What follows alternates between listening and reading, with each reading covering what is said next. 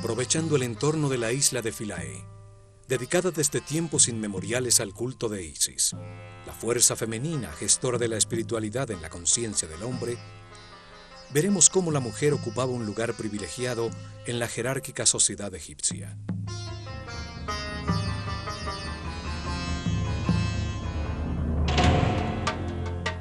El universo egipcio estaba basado en la pareja, lo masculino y lo femenino, iguales entre sí, responsables de generar el orden en medio del caos, de hacer cada vez más perfecto el mundo, para luego mantenerlo eternamente.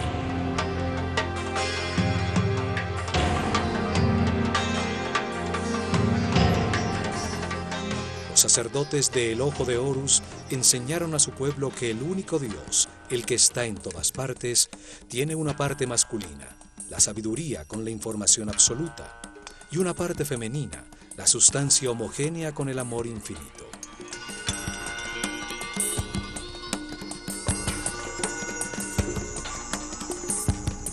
En lo más alto de su ordenado mundo divino, Atum, como llamaban al único Dios, a la sabiduría absoluta cuando aún no había manifestado el universo, ya tenía una parte femenina llamada Nun, la sustancia virginal, la materia indiferenciada y homogénea, las aguas primigenias, el amor infinito.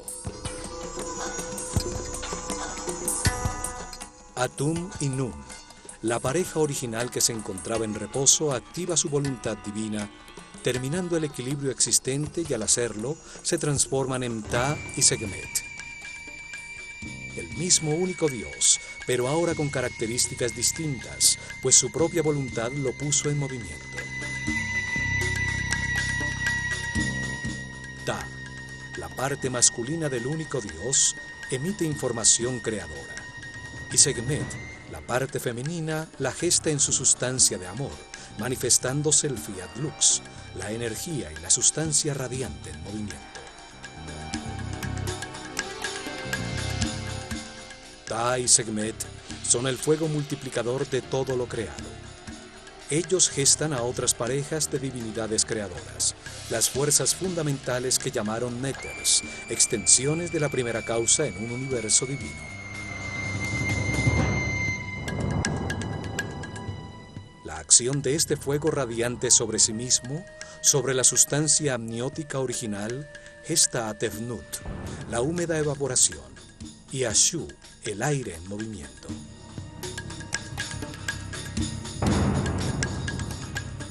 Esta pareja de divinidades, Tefnut y Shu, el vapor y el aire en movimiento, ayudan a diferenciar al espíritu original, densificándolo, haciendo que se materialice con su accionar, gestando a una nueva pareja, Heb, la tierra, y Nut, el cielo. Así se crean los mundos diferenciados en el espacio, los reinos minerales en forma de soles y planetas, sistemas solares y galaxias.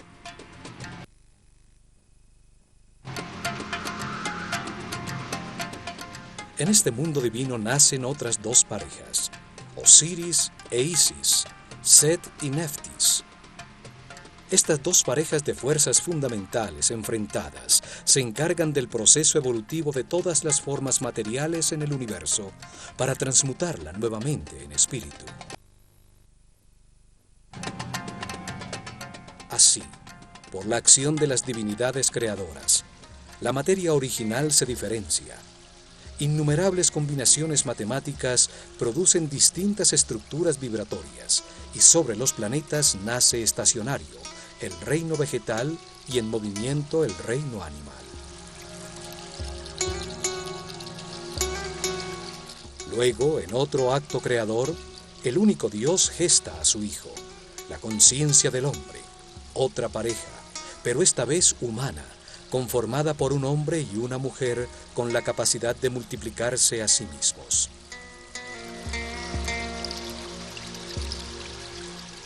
Al realizar este acto, Ta y Sekhmet, la pareja que crea al universo, se transforma en Amon y Mut, el principio masculino y femenino del único Dios cuando crea al hombre.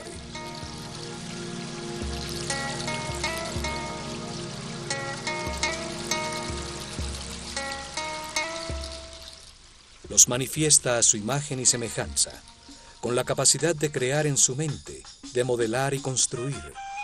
Les da el libre albedrío para que al comprender los resultados de sus decisiones se hagan sabios en un proceso evolutivo que toma muchas vidas.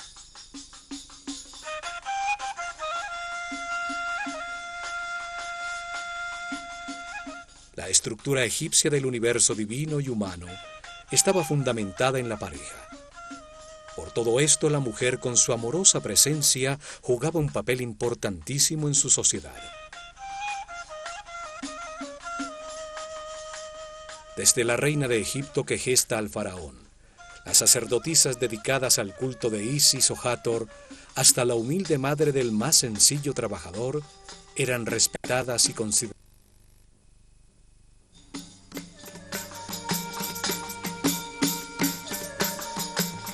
La isla de Philae estaba dedicada a Isis, la figura que como madre de Horus simbolizaba a la maternidad. En el corazón de los egipcios, el mismo lugar que hoy tiene la Virgen María.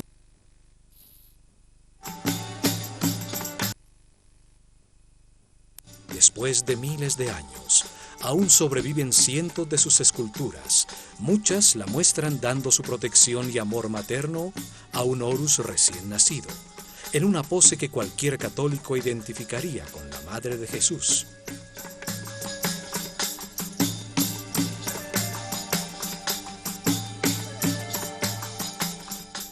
La isla albergó las iniciadas y sacerdotisas dedicadas a su culto en una sociedad igualitaria. Cientos de mujeres llamadas Hembed-Neter eran encargadas del entrenamiento musical, los cantos, bailes y el toque del sistro durante los rituales en todos los templos de Egipto.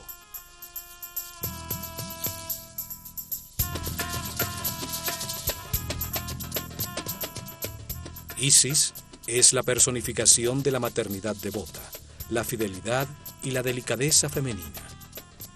Isis suministra la sustancia, las emociones superiores, el éxtasis, la intuición que permiten con la acumulación de amor y verdad, la gestación de Horus, la conciencia inmortal y permanente. Isis es la fuerza que impulsa al hombre hacia la espiritualidad a través de todas sus reencarnaciones, mientras abandona poco a poco su animalidad original y se transforma en un ser respetuoso, flexible, sabio, que nace a la conciencia permanente, simbolizada por Horus, su hijo inmortal. Isis es la matriz de esta conciencia permanente. Ella gesta en el mundo interior de todo hombre las emociones superiores, logrando que eleve su frecuencia de vibración. Isis baja desde las dimensiones superiores hacia la conciencia, la inspiración que produce las ideas que dan lugar al arte. Isis impulsa a buscar y reconocer a Dios. Impulsa el camino hacia la espiritualidad, conduciendo a que cada hombre, libremente en su interior, pueda sentir la emoción superior de adorarlo, lo que lo lleva al éxtasis.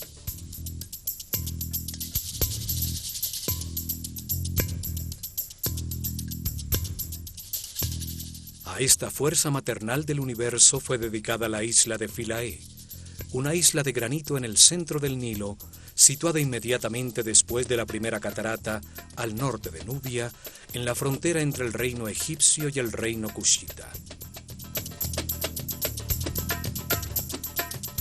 Philae quiere decir isla o montículo sobre las aguas que emergió en el tiempo de Ra. Este nombre sugiere el uso sagrado de este sitio desde una remota antigüedad.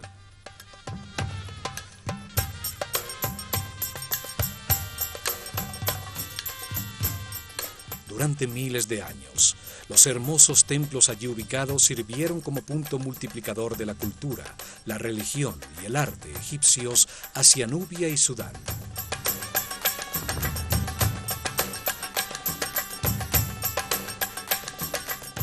Las ruinas más antiguas se encuentran en su esquina sureste. Allí existió un pequeño templo nubio orientado hacia la estrella Canopus y dedicado a una divinidad llamada Mandulis.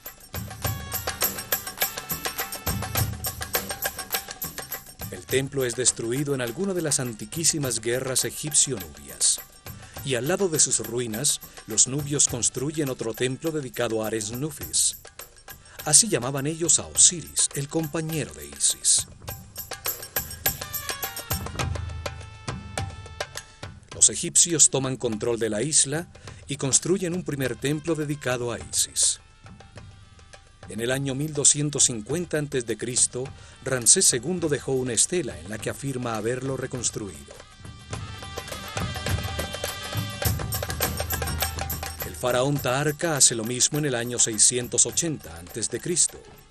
Y 120 años después, en el año 560 a.C., el faraón Amasis ordena tallar las figuras de su pílono.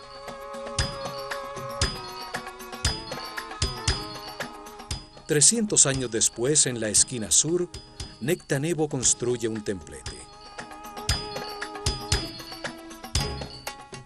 En el año 250 a.C., los faraones tolemaicos herederos de Alejandro Magno deciden reorientar 21 grados el eje del templo para enfocar nuevamente la estrella Canopus, que se había desplazado con el movimiento del sistema solar. Los templos estelares eran desarmados y vueltos a armar cada 300 o 400 años para reenfocar la estrella que estudiaban, pues el movimiento del sistema solar por la galaxia la sacaba del marco de los pílonos.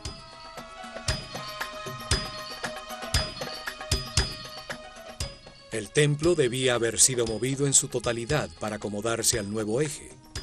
Pero en estos tiempos finales, los intereses de los Ptolomeos estaban más enfocados a Grecia y Macedonia por sus rivalidades con los otros reyes helenos, entre los que Alejandro Magno dividió su imperio. Su situación en una isla hacía este trabajo aún más difícil. Por esto deciden construir un pequeño templo con un segundo pílono, que enmarcara adecuadamente la bóveda celeste sin modificar el templo original.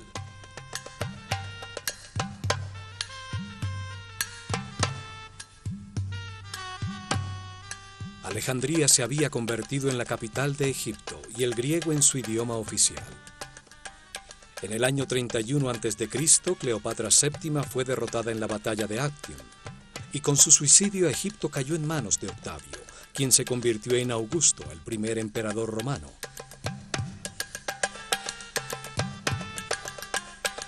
Los emperadores romanos construyeron en Philae otros templos. Trajano comenzó la construcción de un templete que nunca fue terminado. Sus estriados capiteles representan un haz de papiros sobre los que aún se encuentran unos cubos de piedra que no alcanzaron a ser tallados con la esfinge de Hathor.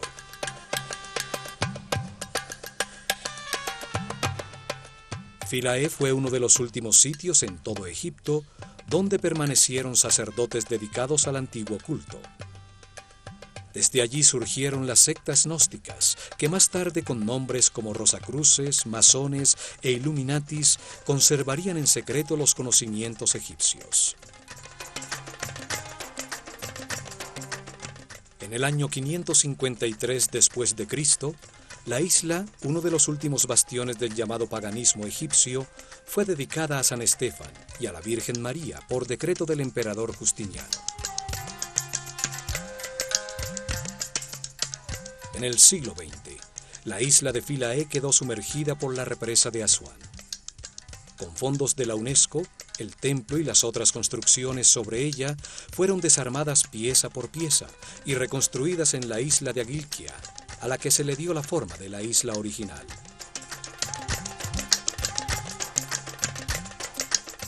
El templo fue orientado de manera similar a la que tenía originalmente. Norman Lockyer registró el eje del templo original a los 76.5 grados al suroeste, con el objeto de enfocar los movimientos de la estrella Canopus sobre el polo sur, la misma hacia la que estaba orientada el templo de Edfu. Originalmente las dos torres del pílono enmarcaban a los 15 grados sobre el horizonte durante miles de noches a Canopus, la estrella polar del sur. una nueva confirmación que todos los templos egipcios estaban orientados hacia una estrella o hacia el sol.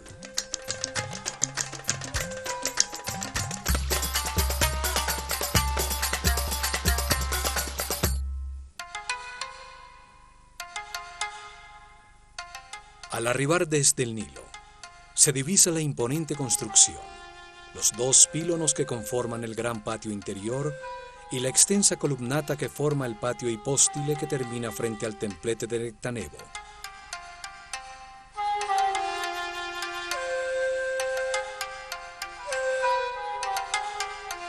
El gran patio exterior toma una forma trapezoidal por la disposición de una doble columnata formada por 32 columnas, construidas en un ángulo que se abre hacia el templo, produciendo una ilusión de mayor profundidad. Las columnas y un larguísimo muro que tiene a distancias regulares una serie de ventanas que dan al Nilo, forman un sombreado ambulatorio. Todas las columnas son distintas, como un cañaveral de papiros. Sus capiteles floreados, otrora con vivos colores, toman distintas formas.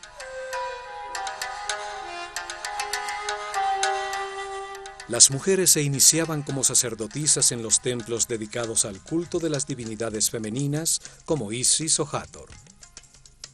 En ellos formaban a las responsables de la música y la danza, que acompañaban a los rituales en todos los templos de Egipto.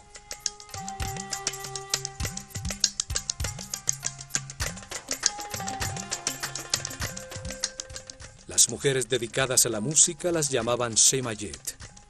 Podían también servir a las divinidades masculinas e inclusive convertirse en escribas. Pero era la mujer la encargada de tocar el sistro, cuyo sonido apaciguaba a las divinidades y permitía descansar a la mente del hombre.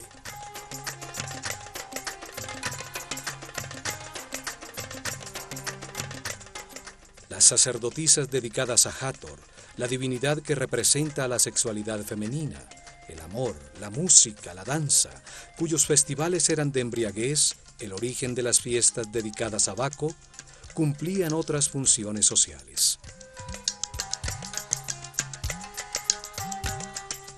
Ellas traían la fertilidad y enseñaban a los hombres que iban a contraer matrimonio las artes del amor, para que aprendieran cómo complacer a su futura esposa.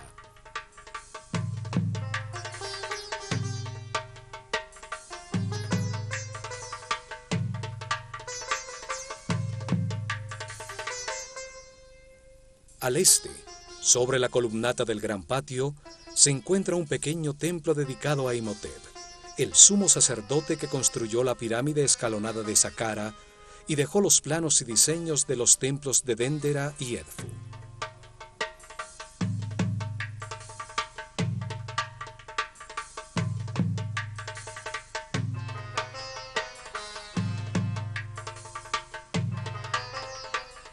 En este primer pílono, como en la mayoría de los templos, aparece tallada la figura del faraón, en este caso Ptolomeo XII, que golpea con su vara de poder a los llamados 9 enemigos de Egipto.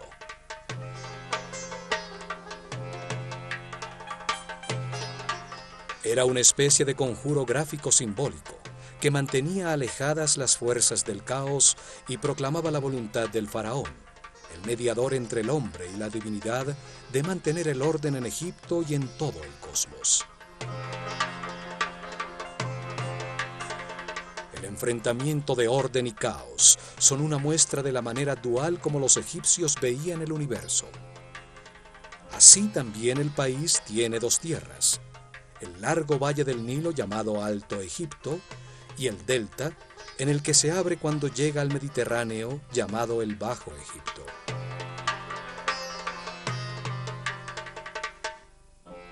El faraón unificaba esa dualidad.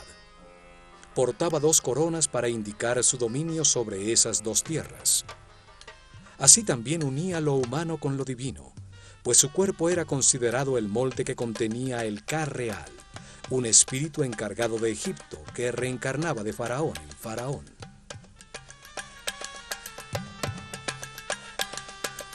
Por esto, el faraón, El más importante de todos los egipcios vivientes, representaba el nivel de conciencia alcanzado por su pueblo durante su reinado. Era como un dios menor, al ser siempre la reencarnación viviente del espíritu encargado por Dios para mantener organizado a Egipto.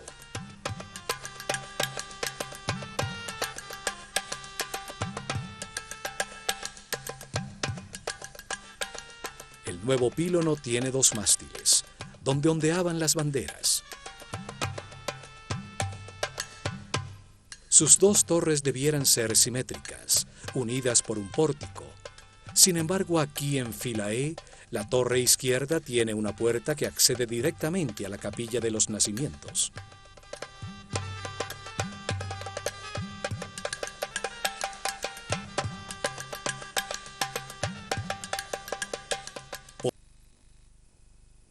En romana, un pórtico fue adosado al primer pílono.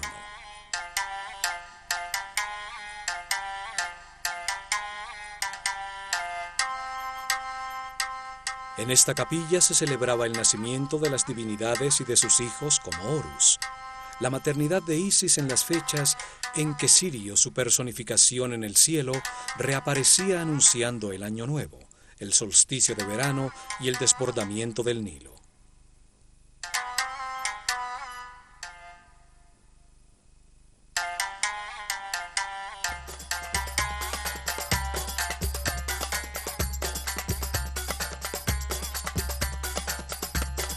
La capilla de los nacimientos con sus columnas atóricas reemplazó al templo principal como observatorio astronómico, en los tiempos anteriores a que los romanos construyeran las columnatas que dan forma al patio trapezoidal.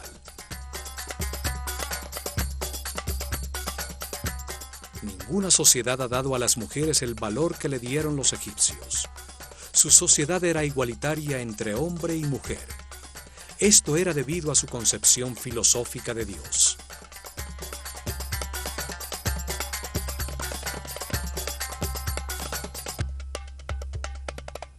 Las mujeres tenían los mismos derechos que los hombres a la propiedad de la tierra, a comprar y vender e inclusive a demandar acciones legales. Sin embargo, nunca hubo ninguna mujer en la rama administrativa. Eran los hombres los encargados del mantenimiento del orden.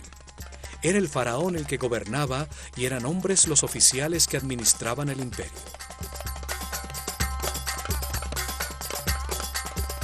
Existe una leyenda que afirma que el derecho al trono era transmitido a través de la línea femenina, que era la princesa real, la heredera legal al trono, y el hombre por ella escogido como marido, el que se convertía en el faraón reinante. Esto obligaría a que todo rey, sin importar que fuera el hijo de su predecesor, tuviera que legitimar su derecho al trono casándose con su hermana o su media hermana.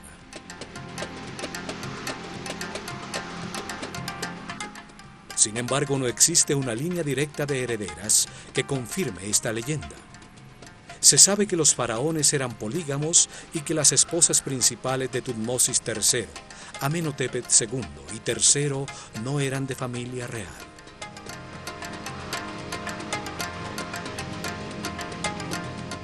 La realidad es que los faraones de Egipto, que se casaron con su hermana o media hermana, lo hicieron en su afán de imitar a sus divinidades que, como Isis y Osiris, o Set y Neftis, eran hermanos naturales y al tiempo esposos.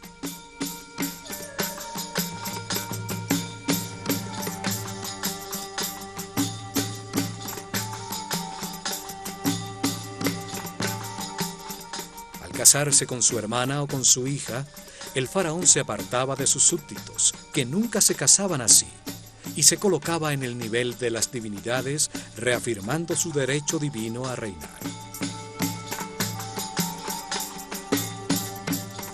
Una mujer faraón no era una opción normal en Egipto. La faraona Hatshepsut llega al trono como regente de su hijastro Tutmosis III, hijo de su esposo y medio hermano Tutmosis II, con otra mujer. Una vez en el poder, Ella se viste como hombre y adopta el poder del faraón.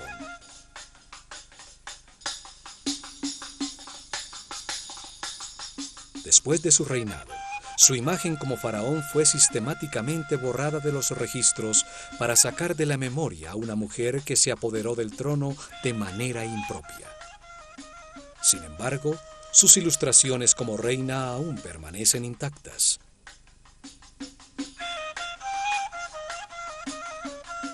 En solo 4 ocasiones de los 300 reinados, las mujeres se convirtieron por poco tiempo en faraonas de Egipto por causas extraordinarias y como último recurso de sus familias para tratar de conservar el orden.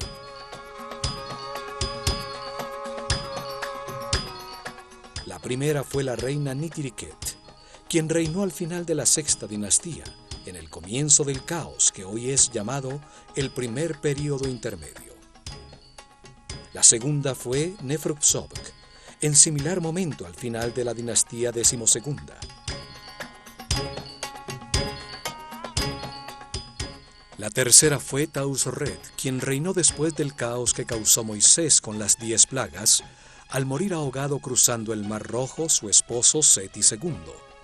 Y la cuarta fue Cleopatra, al asesinar a su hermano, antes de que Egipto se convirtiera en provincia romana. Todas tenían en común que eran las reinas de Egipto por su matrimonio con el faraón, y que llegan al trono cuando éste muere en circunstancias extraordinarias.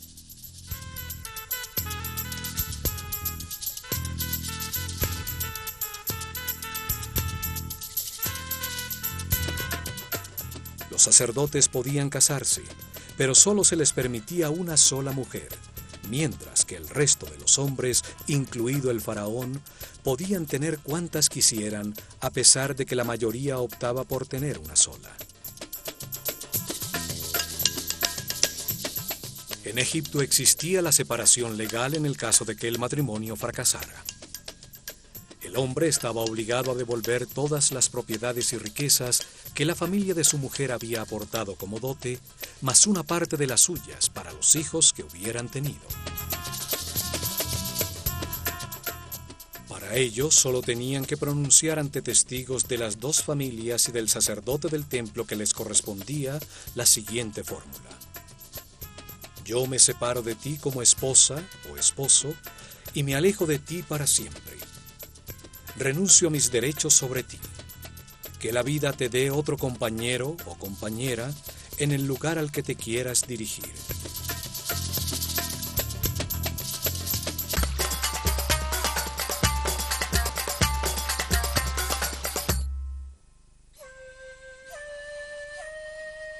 Al cruzar el nuevo pílono se llega a lo que fue el patio del peristilo, ahora conformado por la fachada original del templo, el ambulatorio derecho con sus 10 columnas, y en el lado izquierdo la nueva capilla de los nacimientos.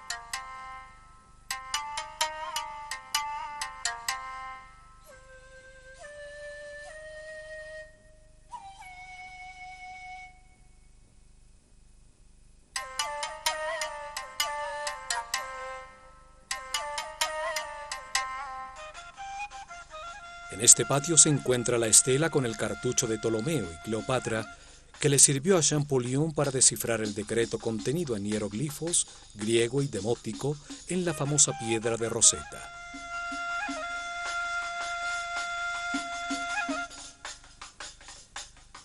El decreto obligaba a rendir culto a la persona del faraón. Como es interesante para entender los tiempos de los Ptolomeos cuando se restauró este templo, lo resumiremos a continuación.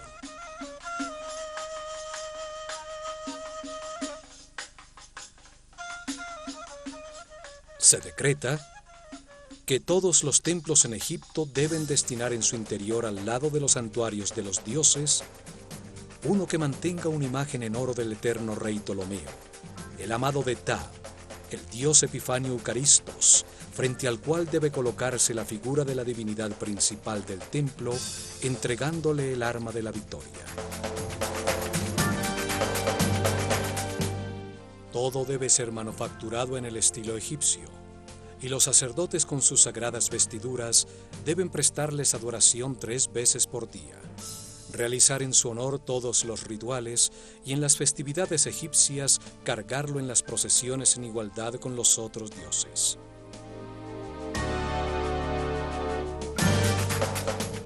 Para los sacerdotes egipcios, el hombre es un animal hasta cuando puede controlar conscientemente las conductas automáticas generadas por el instinto. Las reacciones automáticas del instinto permiten a los animales y al hombre ignorante generar, mantener y defender la vida.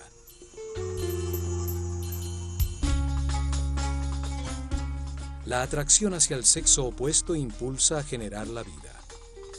Los deseos son un mecanismo de la naturaleza para indicar una carencia que se necesita suplir para mantener la vida. El miedo impulsa a huir o a agredir para defender la vida.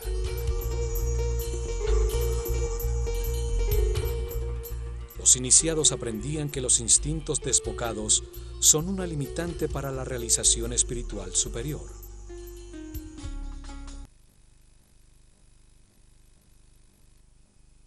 Ciencia y producir el entrenamiento necesario para concientizar estas conductas.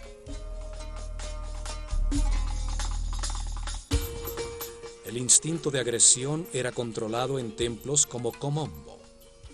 Allí se vencían los miedos a través de la comprensión que no hay nada que temer, que la muerte es solo un paso a otra vida. Se aprendía que el miedo solo gasta la energía vital, la que se necesita para lograr la paz interior.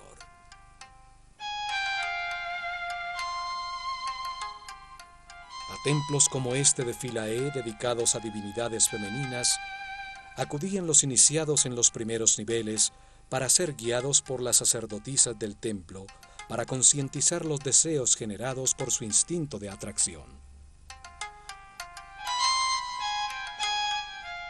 El deseo permite al hombre reconocer una necesidad o una atracción. Produce una reacción de agrado o rechazo en los centros emocionales que a su vez conecta en la mente los sentimientos.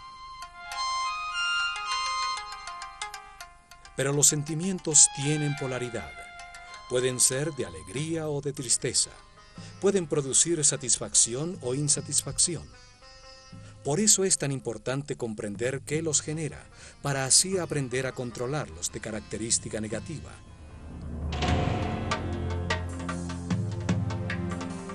Los sentimientos negativos generan apatía, agotan la energía vital y esclavizan al hombre en las bajas frecuencias de vibración. Los egipcios creían que el camino evolutivo comienza con el control de los centros inferiores, al hacer conscientes las conductas automáticas.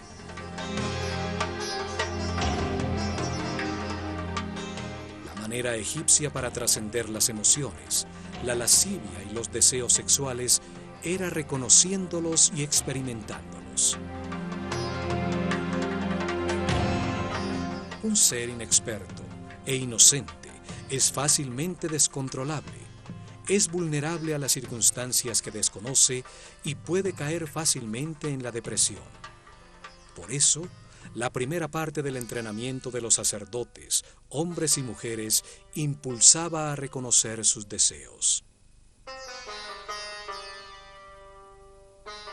Así aprendían que al activar a través del amor y la comprensión los centros inferiores y los sentimientos, el resultado para la mente es siempre de paz, armonía y felicidad. El templo era considerado por los sacerdotes como un modelo del mundo en el momento inicial de la creación. En ese momento Dios manifestó el universo, emergiendo un montículo de tierra de las aguas del caos, de manera similar a lo que sucedía cuando las aguas desbordadas del Nilo se replegaban todos los años, permitiendo que el Dios creador apareciera, trayendo nueva vida al país. El acceso a través de una escalinata hace que el santuario se convierta en el montículo de la creación, donde Isis, la deidad de este templo se manifestaba dentro de la estatua que la personificaba. Al ascender al interior, se llega a un pequeño patio rodeado de columnas, ubicado en el centro del llamado Salón de la Vida, un salón hipóstile con altísimas columnas. El salón hipóstile frente a los espacios interiores del templo representa el pantano en el montículo original de la creación, donde crecen las plantas y papiros simbolizados por las columnas del templo. El espacio central, abierto, hacía las veces de capilla pura, donde las figuras simbólicas eran expuestas a la luz del sol para que en un antiquísimo ritual renovaran su energía.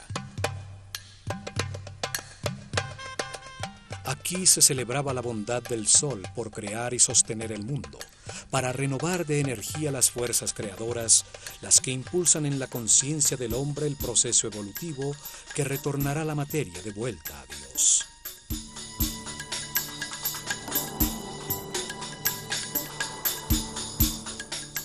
Los muros de este espacio están tallados para mostrar cómo entendieron el universo. También aquí vemos otras tallas de numerosas cruces cópticas, las marcas de la nueva filosofía, la que llegó a Egipto cuando Philae se convirtió en una iglesia católica. Una nueva manera de ver el mundo, que no solo le quitó el sentido a la visión tradicional egipcia, sino que la consideró aberrante y primitiva.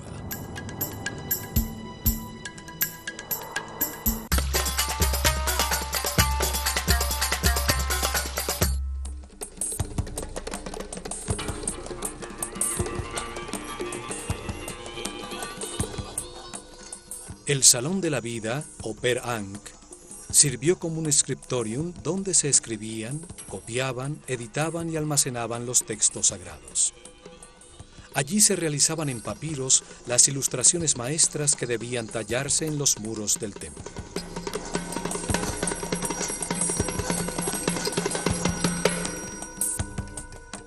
También en estos salones de la vida, en todos los templos de Egipto, se realizaron los papiros con las copias del libro de los muertos utilizadas en sus ritos funerarios.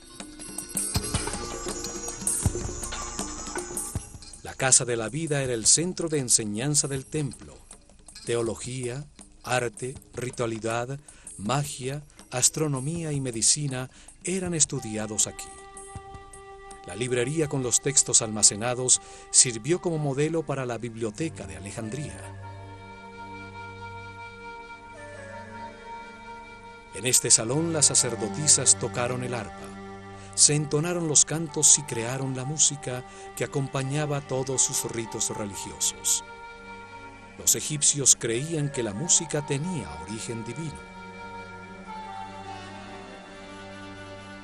Los muros de los templos nos muestran que utilizaban muchos instrumentos de percusión, tambores, flautas, darbucas y los sistros fundamentales en los ritos funerarios y en las procesiones.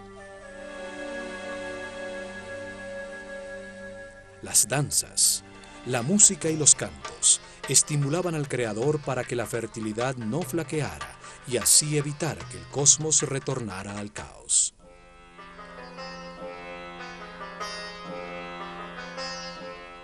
Las sacerdotisas también se encargaban de cuidar a los enfermos que llegaban a los sanatorios del templo en busca de la ayuda y del conocimiento de los sacerdotes. La música era utilizada como instrumento de sanación espiritual y material, y las notas musicales eran utilizadas como medida entre la Tierra y los planetas.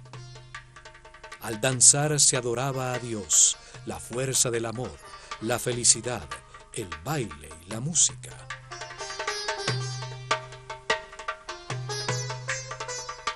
Inmediatamente después se accede al Salón de las Apariciones, que en este caso no es hipóstile, con el tradicional salón comunicado lateralmente con el exterior para recibir las ofrendas del pueblo.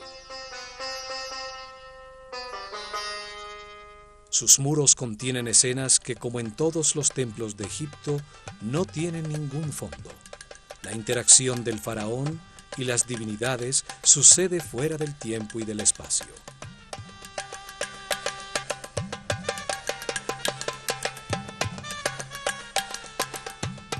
El templo era el escenario donde se representaron de manera dinámica los distintos rituales, en medio del sonido musical de las voces e instrumentos, el recitar de las palabras rituales, el olor del incienso, en homenaje a la divinidad para lograr su apoyo en la continuidad del universo organizado. Liturgias diarias y una serie de festivales cíclicos donde las figuras simbólicas recreaban los mitos de los que formaban parte en rituales a través del espacio sagrado del templo, con procesiones en barcas sagradas por el Nilo a otros templos. Las partes que conformaban el templo eran sobre todo funcionales. Demostraban la manera como entendían el universo los sacerdotes egipcios. Allí el ritual les daba poder, legitimaba el orden social de su civilización. El ritual generaba y organizaba ese orden social.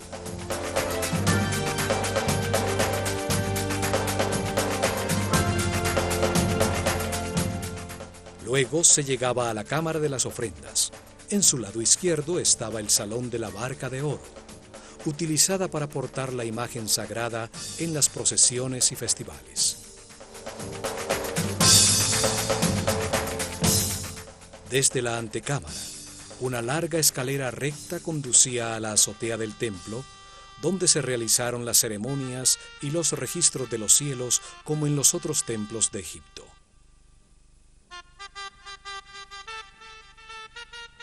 Tallado en los muros de estas antecámaras se encuentra el faraón Ptolomeo V realizando ofrendas a Isis. Los otrora dorados muros, pues muchas partes estuvieron forradas con laminilla de oro, han perdido casi todo el color original. En el punto focal del templo se encontraba el santuario de Isis, que albergaba en su interior un altar de granito con la imagen en oro de la divinidad. Era la estatua de culto que, portada dentro de una barca de oro, salía en las procesiones y rituales.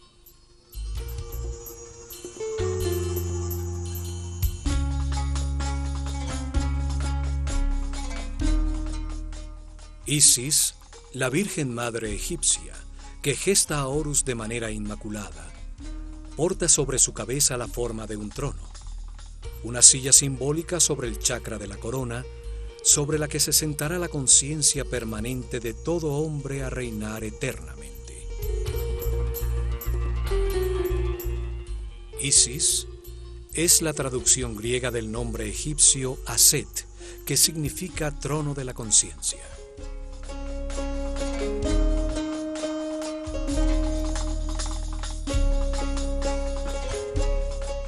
Muchas veces es representada con un buitre sobre su cabeza, sobre el que se apoyan unos cuernos de vaca que encierran un disco dorado. El buitre vuela dedicado por entero a sus crías, transforma en su interior las sustancias en descomposición, convirtiéndolas en alimento, en nueva vida.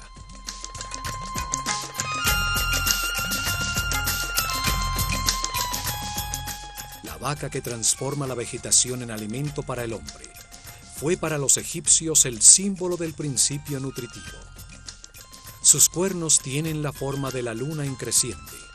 La madre de los ciclos encierran el disco solar, la fuente de la vida, la luz de la conciencia. Este santuario simbolizaba el respeto que los egipcios tenían por la maternidad. Un respeto basado en la búsqueda del orden y del equilibrio. Legitimaba su visión del mundo. Aquí se encontraba el corazón del espacio de los rituales, la casa de la divinidad, donde el faraón o los más altos sacerdotes interactuaban con la deidad en representación de todos los hombres. Las Las imágenes talladas de la deidad le permiten volver a vivir en la mente de todos los que actualmente la observan, hacer que participen simbólicamente en sus ritos y compartan sus ofrendas. Esta es la herencia que los antiguos egipcios han dejado a la conciencia de toda la humanidad. La visión de un universo dual, un sitio donde experimentar los contrastes polares para comprender la neutralidad.